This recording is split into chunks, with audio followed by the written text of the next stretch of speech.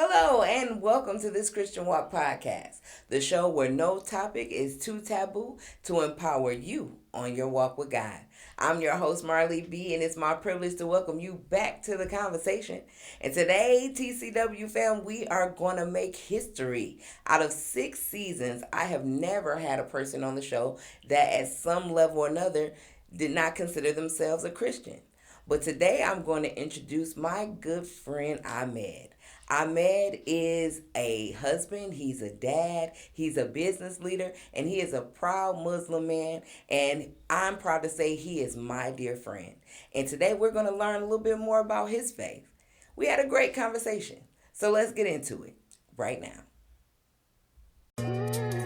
Uh, we ain't talked in a minute, yo, please come kick it with me. I got some questions, need answers, so please be vivid with me. This walk is scary, I know that results may vary, but somebody gotta do it. Sit down, let's get into it. All right, Ahmed, welcome to this Christian Walk podcast. Thank you so much. And thank you so much for having me today. Thank you for being here. And you know what? I'm so looking forward to our conversation today. But before we get into this thing, let me give you a moment to introduce yourself to the TCW fam. First of all, just humbled and excited to be here today. And my name is Ahmed Al Rafi. I have 4 children. That's a big thing of my life. Obviously, I got a 10-year-old daughter, Callie, and I have twin boys, Gray and Niall. And then I have my youngest, Adam, who's going to be 3 in February. And then I have my beautiful wife, Amy. We have a very good family life here together. And currently I work for Synchrony Financial. I've been working there for 8 years. I'm currently the AVP for fraud operations and, love working at that place. Great environment. So, and here I am talking to you today. Yes. And you know what? I love how you mentioned that we work in a great environment. We work in a diverse environment, right? And our company prides itself on building its foundation around diversity, embracing it and being able to interact with people from different backgrounds is like a superpower for our company. Right. And I think that, with, every all over the news, everywhere you look, diversity, equity, and inclusion is like everywhere, right? That's like the new black. You know what I'm saying? It's like the new thing to you need to be a part of that. If your company isn't with it, you need to get with it. You're behind the times because that's to the forefront. Everybody is paying attention to it. Everybody is trying to understand and capitalize off the benefits of it, right? And I think with the diversity in cultures, that's great, but also having diversity as far as spiritual matters are just as important, right? The Bible says that we should love our neighbors as ourselves, right? Mm. And that doesn't mean our Christian neighbors, it means our neighbors, because at the end of the day it's about loving people. We're all here placed on this ball of land, right, and water, because we're supposed to connect with one another. We're supposed to care about one another. And more than anything, we're supposed to be able to have conversations with one another. So I'm excited about this conversation because just because this is this Christian Walk podcast, it doesn't mean that you have to be a Christian to come on here and have a meaningful, powerful, and relevant conversation. Right. And you are like my first Muslim guest, right? Mm. And I appreciate you being here, and that you are also a fan of the show. Like me and I may have been friends 8 years, right? And so you have supported me since I stepped out on faith doing this. I appreciate your support. You always watch the show. I think you said you've seen every episode. Is that correct? I've seen just about every episode, correct? Right. And I was like, I'm just like, Florida, I love that you would support me like that. And more than anything, I appreciate you letting me know that it's meaningful to you. And as a Christian, as a person who is trying to have a conversation that meets people where they are, as a podcaster, right? I'm so glad that you're a prime example of that message breaking through, right? And it was your idea to say, you know what, I want to come on the show. So I'm interested in knowing why you wanted to come on the show. Well, I think the big thing about the whole Muslim, all of that, I still go back and say it's about the human being. The reason why I watch your show, right? Because I think you've done great, kind of opening this up, giving people opportunity to connect and learn, right? And I think that's been awesome.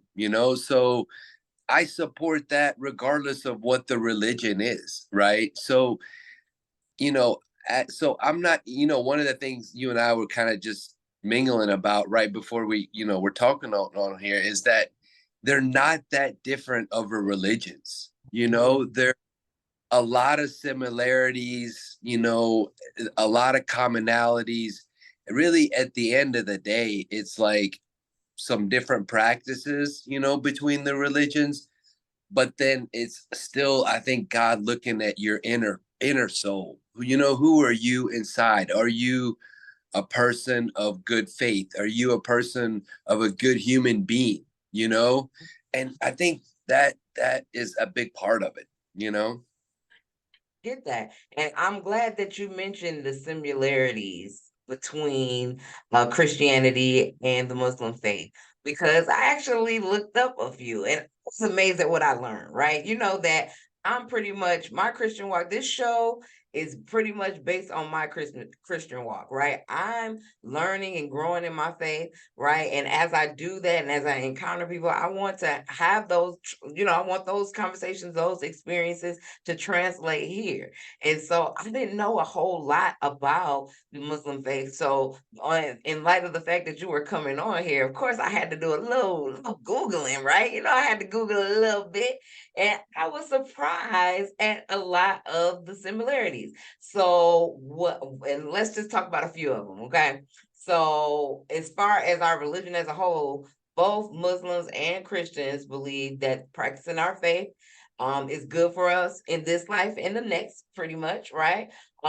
We both are monotheistic, right? Monotheistic. So that means we both believe that there's only one God, right? And that's basically the base and fundamentals of our religion, right? Um, we both believe in commandments, right? And it's like it's a lot like it's a lot of people only usually kind of point out for the Christian faith the 10 commandments, but there was like 613 Mm-hmm. commandments. All right, Mm-hmm. how many commandments y'all? I mean, how many commandments are y'all working with over in Muslim on the Muslim side? What was that looking like? It is. There is, quite a few commandments. Uh, Definitely, Yeah, in aspect of it, absolutely. is it in the But hundreds like that? is it what? Is it in the hundreds like that? It is. I think so. So.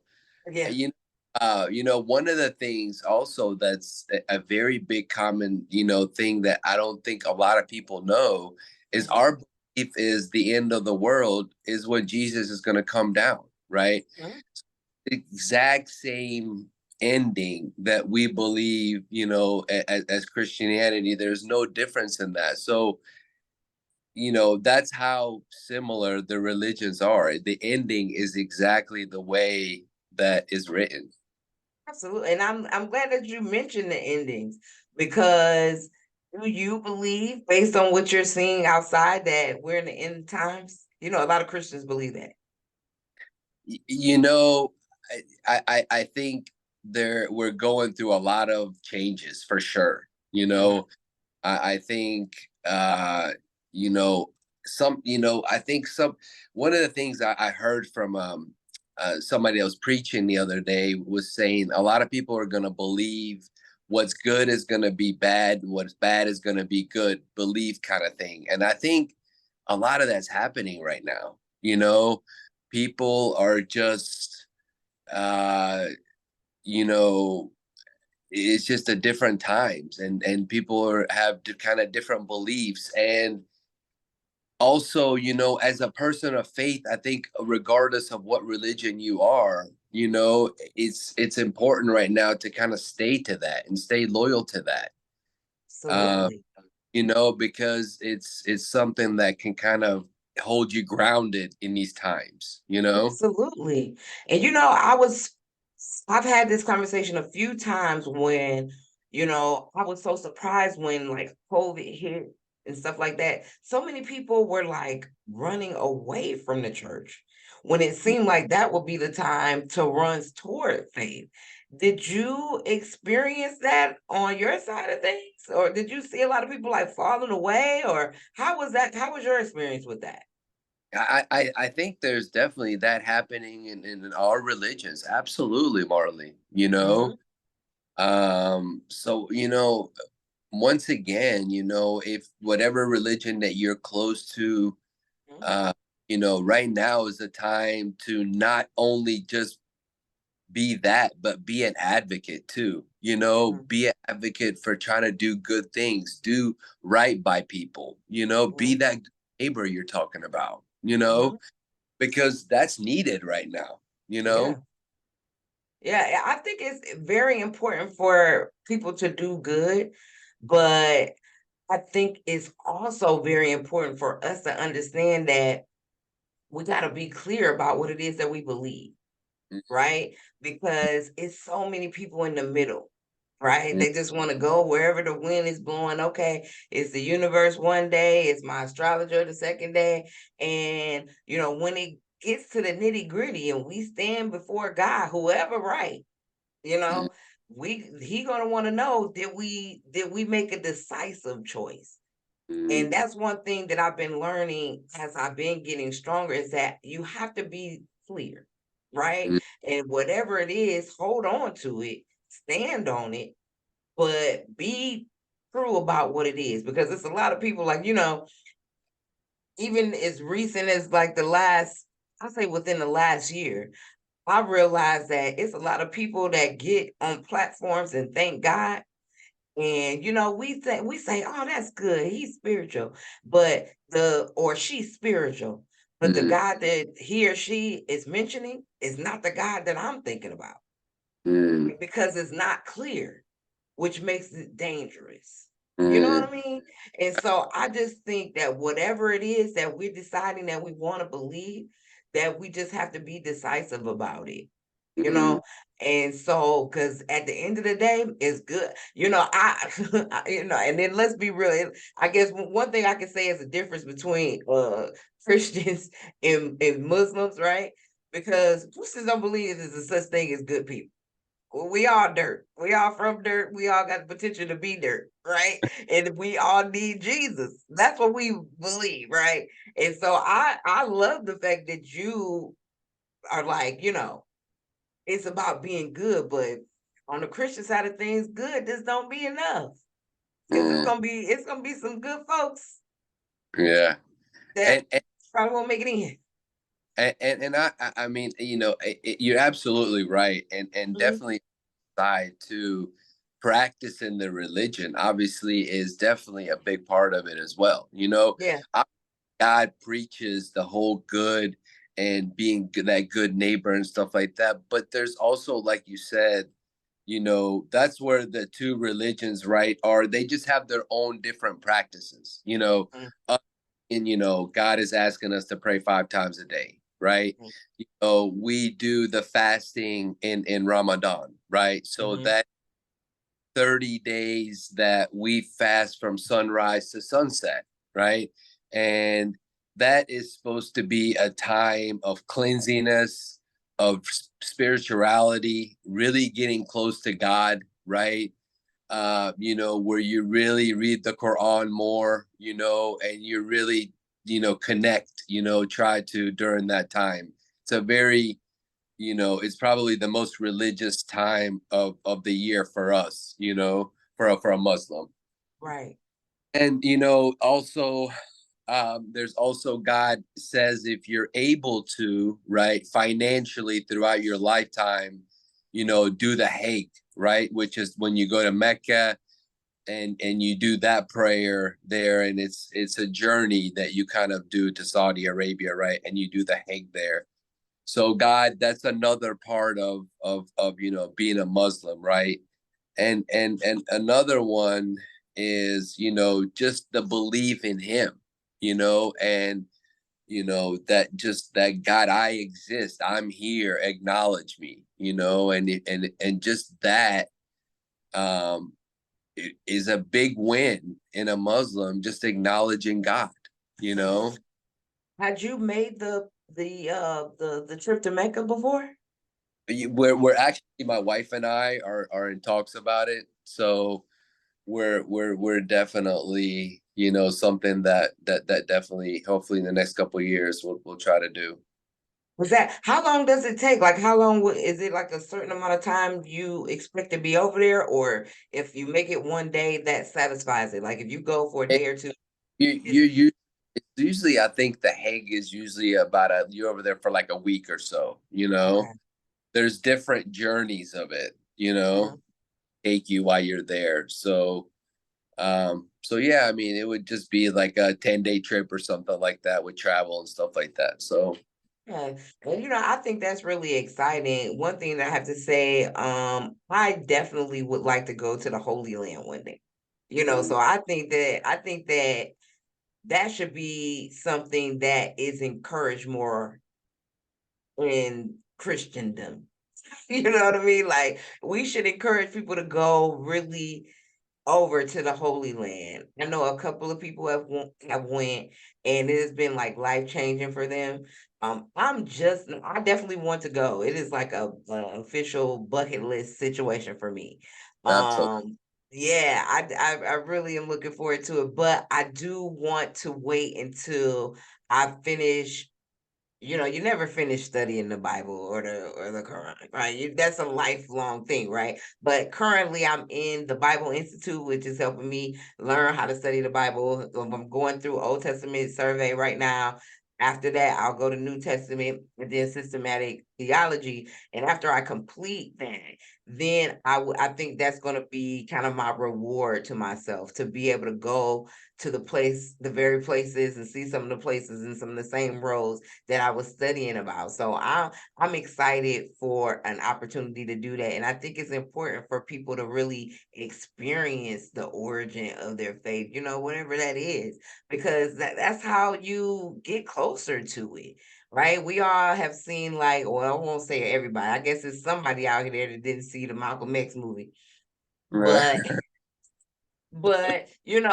we know that his life changed when he took that pilgrimage and he looked at his religion, which he was a part of the nation of Islam, but not so much a Muslim. Is that correct? And I think a lot of people like myself kind of wasn't sure of the difference between the two.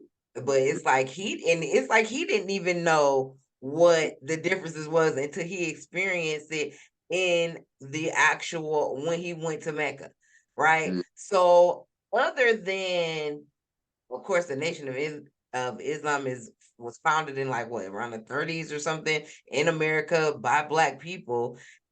Are there any? What are the differences between being a Muslim and being a member of the Nation of Islam? Do you know of any? I mean, I would just say, I think maybe a little bit more extreme, right, with the Nation of Islam on their Mhm, belief and implementation, maybe.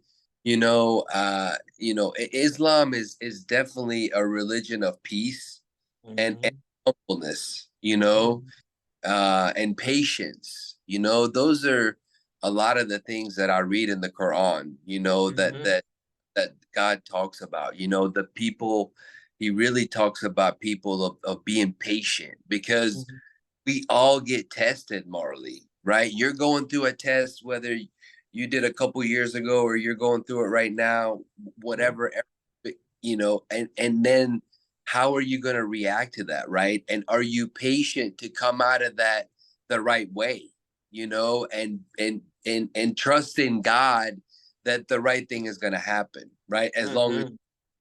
right by it, you know? Right. So that's a lot of, I think a lot of the things that I read in the Quran that are, that God really highlights, Yeah. Oh yeah, absolutely. And thank you for pointing out the fact that Islam is about, or walking with in the Muslim faith is about peace, right? Mm, Because we know there's a lot of myths there, right? I had actually um I found four of them that I wanted to kind of touch on, but one you just kind of made the perfect segue for me, right? Because unfortunately, because of a lot of things that happen in turns that happen with the media and in other forms of communication, there's a lot of minutia and false information surrounding the Muslim faith. And one is that Islam is a violent religion and Muslims identify with terrorism. And it's like, I know this has to be the myth that tired of it. So I can imagine as being a Muslim, especially a Muslim living in America, this has to be something that you're just kind of have some kind of feeling about. So tell me how you feel about that myth and how it's been perpetuated. to be honest with you on that, Marley, is like I take that personal, as in I try to portray around people that know me or I interact with somewhere in my lifetime, and Mhm. let them hopefully see that we're actually decent people, it just through practice and trying to be a good Muslim, Mhm. um and letting people see that, what, I knew this Ahmed kid, whatever, and he wasn't so bad. He wasn't trying to terrorize anybody, or he actually was actually a decent person from what I knew, Mhm. and that's the example that I'm trying to kind of see, let people see, hey, there's bad people and good people in every religion, you know so it's like, who are you, you know That that part. And I get it because a lot of people will buy in to that stereotype knowing full well that the extremist ideological beliefs don't stop in the Muslim faith, right? We as Christians then have to acknowledge the fact that the Ku Klux Klan identify as Christian white supremacists, usually are identifying as Christians, anti-government plotters usually are in the Christian faith, right? So no ideology is responsible for terrorism in the United States or anywhere else. So I love the fact that we're able to be able to be honest about the fact that we have to stamp out those stereotypes and don't let the actions of a few define the spirit of many, Mm. you Well put. know? Well put. Absolutely. So I'm glad that we stepped that out, right? Another thing that I thought was pretty a fun fact, but that is a myth, is that all Muslim people are from the Middle East. Mm. Right? So where are you from, Ahmed? Where are your people from?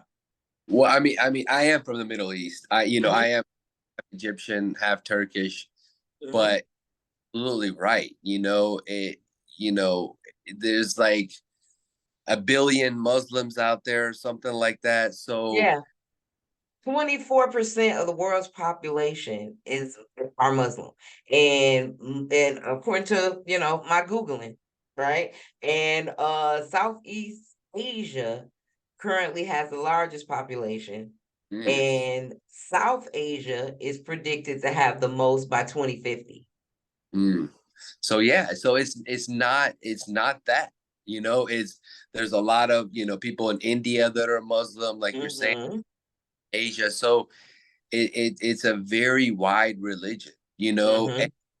so, once again, it's you have to also educate yourself, right?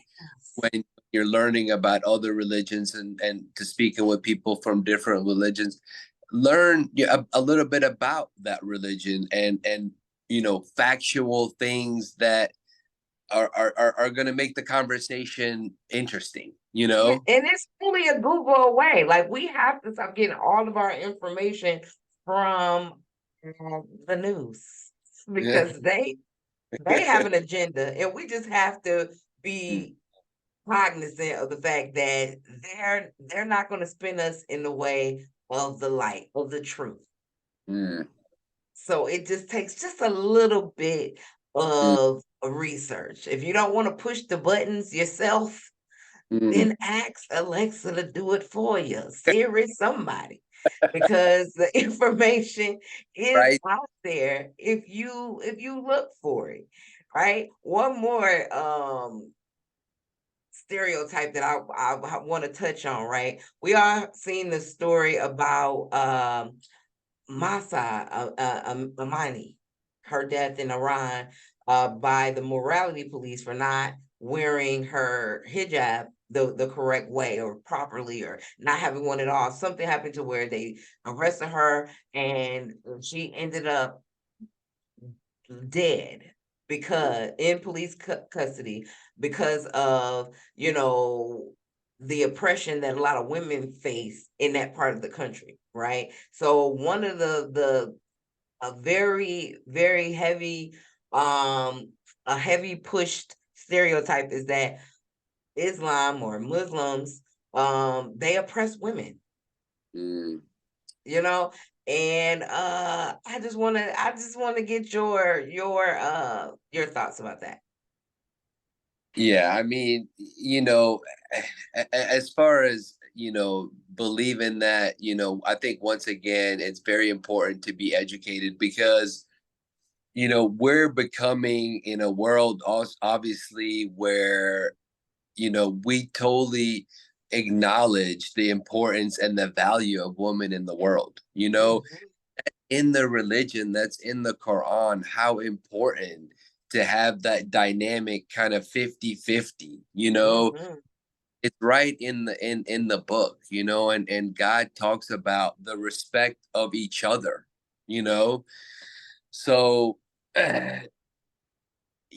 myself, I'm married to a Muslim woman, right? mhm, Um it for her, as somebody that's a Muslim, she's all about respect and wanting that, mhm, and so and it's very important for me that I provide that for her and give her that comfort of that.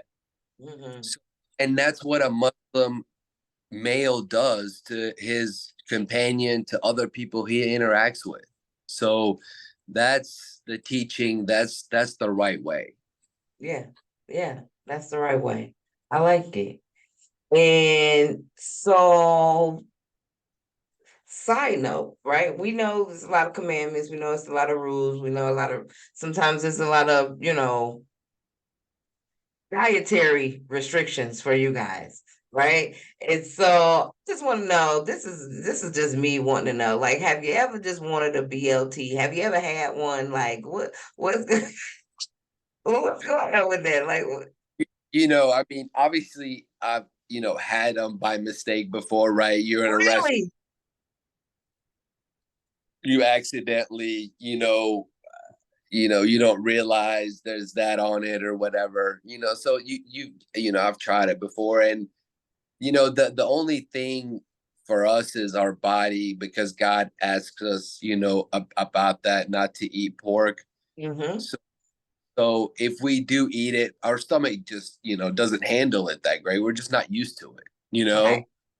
But this is something that was written, one of the things about the Quran, Marley, Mm-hmm. is that it's remained what it is from day one. So, Mm-hmm. you know, the prophet asked God to let the Quran be what it is throughout his lifetime, Mm-hmm.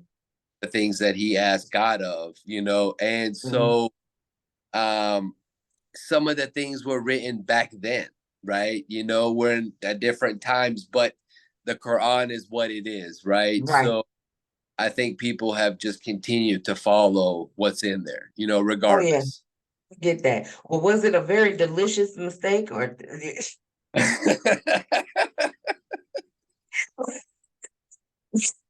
just messing with you? I mean, just messing with you. But I get that. But I do want to say that I'm grateful that that's why I love under our faith that we under grace, right? Because while we had all those 613 commandments, and one of them was in there about the swine. I love shrimp. It was something in there about shrimp too, and about shellfish and all that stuff. But thank God for grace. Thank God for Jesus, because we don't have to do all that no more. So amen to that. And so I will have um BLT for you very soon. Trust and believe that. Right. And would just like to say, I mean, thank you for coming on, right? I really appreciate this. This has been a very powerful conversation. But before we go, I would like to ask you, is I mean, from what you know of your own faith and from what you know of the Christian faith, what do you believe or what do you believe Christians can learn from Muslims? I think I go back and say again how similar a lot of the things are. Mhm, Like we're talking about, Marley, like just some different practices, right, that were implemented in the different religions, but it's really about your inner self. I go back to, mhm, are you practicing that religion to let God know that you are trying to get close with him and learn about the afterlife and the life that it is and all of that, right? And so that's, I think, the biggest thing that I want people to really acknowledge out of our conversation today is not a lot of differences here, just kind of the person, I think, dictates a lot of what happens here, mhm. of what religion that you are. Got it. Well, Ahmed, thank you so much for being here. Thank you for being who you are. I love you. And I love your beautiful family. I love Amy. I love the babies. I love that anytime you get a chance to love on somebody or speak life into them or to support them, you do. And it's just a pleasure to know you, friend. And I just thank you for all your support. And vice versa, Marley. Just from we met, like you said, 8 years ago. From that day one, I think we stayed up laughing the first time we were on a trip together for hours. And I knew, just and so there it goes again, right? Nothing has to do with religion. We just connected as people, right? You're a faithful Christian, I'm a faithful Muslim, but we're just people, right? And Mm-hmm. we've been connected from that trip, right? And we've Mm-hmm. just evolved our relationship, right? So I'm grateful for you, and I wish you the best of luck with everything. Thank you, Ahmed. Thank you so much. I appreciate it. Thank you so much to my guest, Ahmed, for coming on to the show and sharing your story of faith with us. I hope and pray that you and Amy make it to Mecca really soon. And if this conversation spoke to you, please like it, share it, comment. Don't forget to subscribe to my YouTube channel. Remember, you can also stream the show on Apple Podcasts as well as iHeartRadio. Or you can check out our website, thischristianwalk.com. Now, TCW fam, there were so many nuggets in this conversation, but the one that I hope that you take with you is that there is so much to gain when we take the time to have thought provoking conversations with people that don't see that think differently from us. We can learn so much from each other if we focus more on our similarities instead of our differences. So, with that, guys, let's just choose love and let's choose peace. And on this walk with God, I know one thing for sure: loving God can be easy, trusting God can be hard. But I believe we can all get there one step at a time on this Christian walk. I'll see you next time. Uh, we ain't talked in a minute, yo, please come kick it with me. I got some questions, need answers, so please be vivid with me. This walk is scary, I know that results may vary, but somebody gotta do it. Sit down, let's get into it.